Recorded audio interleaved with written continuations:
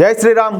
అందరికీ నమస్కారం. Welcome to news అఖండ. నేను మీ కస్తూరి శ్రీధర్. మిత్రులారా, బీహార్కు సంబంధించినటువంటి ఒక అప్డేట్ న్యూస్ అయితే తీసుకొచ్చిన. ఓకేనా? ఈ బీహార్లో జరిగే పరిస్థితుల గురించి ఎంత చెప్పినా కూడా తక్కువే. మీకు బీహార్ పరిస్థితుల గురించి అర్థమయ్యే రీతిలో చెప్పాలంటే, ఈయన రవితేజ విక్రమార్కుడు అని చెప్పేసి ఒక సినిమాలో యాక్ట్ చేశాడు. ఆ సినిమాలో ఈయన డబుల్ యాక్షన్ చేసి ఉంటాడు అనమాట. ఈ విక్రమార్కుడు సినిమా ఎట్టయితే ఉంటుందో, ఈ లాలూ ప్రసాద్ యాదవ్ పరిపాలించినటువంటి టైంలో ఈ బీహార్లో పరిస్థితులు కూడా అచ్చం అలాగే ఉన్నాయి. అప్పట్లో అసలు శాంతి భద్రతలు అనేటివి బీహార్లో ఒక జోక్. అది అర్థమవుతుందా?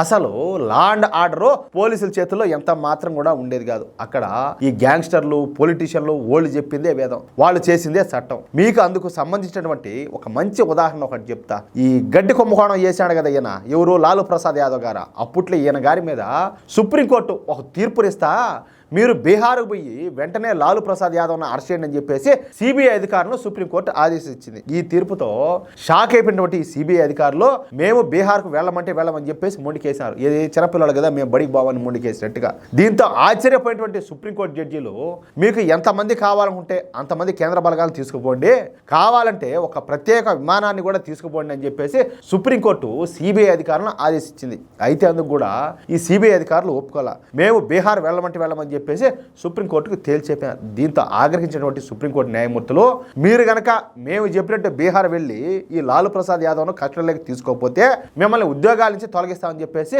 సుప్రీంకోర్టు సిబిఐ అధికారులకు స్పష్టం చేసింది.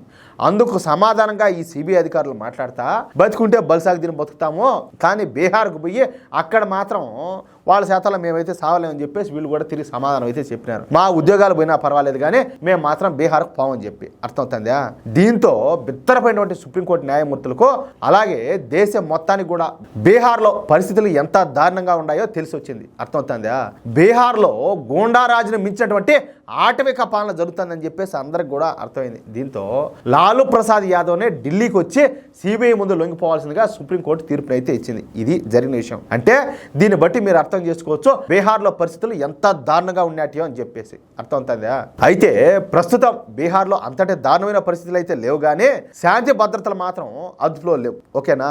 ఇప్పటికీ ఈ లాలూ ప్రసాద్ యాదవ్ కుటుంబమే బీహార్లో నడుస్తుంది. మన ఈ మధ్య చూసారా, హోలీ పండుగ వస్తే ఈ లాలూ ప్రసాద్ యాదవ్ కొడుకు అదేదో ఆంబోతు మారి ఇట్లా కూర్చొని ఒక పోలీస్ ఆఫీసర్ని, నువ్వు పాట పాడాలా, నువ్వు కానీ పాట పాడకపోతే నిన్ను ఉద్యోగం నుంచి పీకేస్తావని చెప్తే ఆ పోలీస్ ఆఫీసర్ పాట పాడినాడు. వారి నీ పాసుగల టెక్నాలజీ ఇంతగా మారింది, ఏది జనరేషన్లు మారినాయి, అయినప్పటికీ వీళ్ళు ఇంత దారుణంగా ప్రవర్తిస్తారంటే ఇంకా ఆ రోజుల్లో వీళ్ళు ఎంత దారుణంగా ఉంటారో, ఎంత ఆటవిక పాలన నడుస్తూ ఉంటుందో దాన్ని బట్టి మనం అర్థం చేసుకోవచ్చు. సరే, ఇకపోతే ఇప్పుడు ప్రస్తుతానికి వచ్చేసి నితీష్ కుమార్ ఈ బీహార్ రాష్ట్రానికి సీఎంగా ఉన్నాడు. ఏమే ఈ నితీష్ కుమార్ అంత సన్నాసుడు మరొకడైతే ఉండరు, పైగా అసమర్థుడు కూడా. కఠినమైన నిర్ణయాలు అస్సలు తీసుకోలేడు, పైగా బహిస్తుడు. అందుకే బీహార్లో ఇప్పటికి కూడా ఈ లాలూ ప్రసాద్ యాదవ్ పార్టీ ఆటలైతే సాగుతున్నాయి. అందుకే నితీష్ కుమార్ను తొలగించి ఈసారి బీజేపీ నుంచి కొత్త అభ్యర్థిని ఈ బీహార్ ముఖ్యమంత్రిగా చేసే అవకాశాలు ఉన్నట్టు ఈ ఢిల్లీ సర్కిల్స్ లో ప్రచారం అయితే జరుగుతుంది. గత బీహార్ ఎన్నికల సందర్భంగా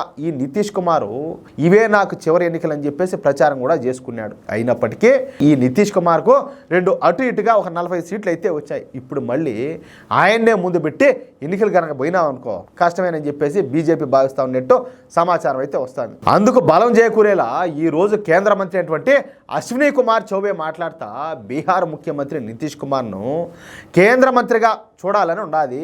నితీష్ కుమార్కు ఇంతకు ముందు మంత్రిమండలిలో పనిచేసిన అనుభవం కూడా ఉండాలి. కాబట్టి ఎన్డీఏకు నితీష్ కుమార్ చేసినటువంటి సేవలో వెలకట్లేనాటి సంకీర్ణ ప్రభుత్వంలో మోడీ గారిని బలపరచడంలో నితీష్ కుమార్ బలంగా పనిచేస్తాడు. అందుకే నితీష్ కుమార్ను కేంద్ర మంత్రిగా చూడాలనుకుంటున్నానంటూ ఈ కేంద్ర మంత్రి అశ్విని కుమార్ చౌబే సంచలన వ్యాఖ్యలు అయితే చేశాడు. చెప్పాలంటే ఆయన ఒక మాట అన్నాడు, ఏది నితీష్ కుమార్ను ఉప ప్రధానిగా చూడాలనుకుంటున్నానని. సరే, దీని వెనక ఆంతర్యం ఏముండాలి ఏందనేది పక్కన పెడితే మొత్తానికి ఏదో అయితే జరుగుతుంది. దీంతో ఇప్పుడు నెక్స్ట్ బీహార్ ముఖ్యమంత్రి అభ్యర్థి ఎవరా అన్న విషయంలో జాతీయ స్థాయిలో పెద్ద ఎత్తున ప్రచారం అయితే జరుగుతుంది. ఇక బీజేపీ అధిష్టానం ఏం చేస్తుందో చూడాలా. అయితే నా అభిప్రాయం కూడా అదే, నితీష్ కుమార్ను కేంద్ర మంత్రివర్గంలోకి తీసుకొని, ఎందుకంటే కేంద్ర మంత్రివర్గం అంటే చాలా శాఖలు ఉంటాయి కదా, అట్టా ఏదో దాంట్లోకి తీసుకొని బీహార్ పగ్గాలను ఒక సమర్థవంతుడైనటువంటి నాయకుడికి అప్పగించాలనేదే నా ఉద్దేశం కూడా. అప్పుడే బీహార్ కొంతవరకైనా కూడా అభివృద్ధి చెందే అవకాశం ఉన్నది. లేకపోతే ఇప్పటికి కూడా అక్కడ ఆటవిక పాలన సాగుతుంది,